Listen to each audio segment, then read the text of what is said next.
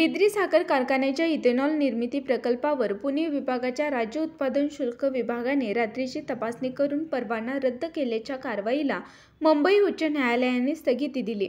याबाबत शुक्रवारी मुंबई उच्च न्यायालयाचे न्यायमूर्ती बी.पी. कुलाबावाला व फिदेश पुनीवाला यांनी निर्णय दिला। या निर्णयाने कारखान्याचे अध्यक्ष माजी आमदार के.पी. पाटील यांना मोठा दिलासा मिळाला असून कार्यक्षेत्रातील जवळपास 68,000 ऊस उत्पादक सभासद, तोडणी वाहतूकदार आणि संबंधित घटकांसह संपूर्ण कार्यक्षेत्रात समाधानाचे वातावरण पसरले आहे। बिद्री साखर कारखान्याने उपपदार्थ निर्मितीचा डिस्टिलरी प्रकल्प उभारला आहे। या प्रकल्पावर 21 जून रोजी रात्री राज्य उत्पादन शुल्क पुणे विभागाच्या पथकाने कारखान्याच्या डिस्टिलरी प्रकल्पाची रात्रीची अनुषंगिक तपासणी केली होती। या तपासणीत काही त्रुटी असल्याचे कारण पुढे करून प्रकल्प सील केला होता। तसेच प्रकल्पाचा उत्पादन परवानाही निलंबित केला होता। राज्य उत्पादन शुल्क विभागाने केलेली कारवाई चुकीची असल्याने याबाबत कारखान्याने मुंबई उच्च न्यायालयात याचिका दाखल केली होती। या याचिकेची 6 वेळा सुनावणी झाली।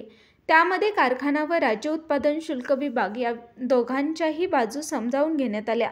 कारखान्याच्या बाजूचा विचार करून न्यायालयाने आज झालेल्या सुनावणीत डिस्टिलरी प्रकल्पावर झालेली कारवाई स्थगित केली आहे। कारखान्याच्या वतीने ॲडव्होकेट डी.बी. सावंत व ॲडव्होकेट विनायक साळुंके यांनी तर सरकारच्या वतीने ॲडव्होकेट एच.डी. व्यास यांनी काम पाहिले।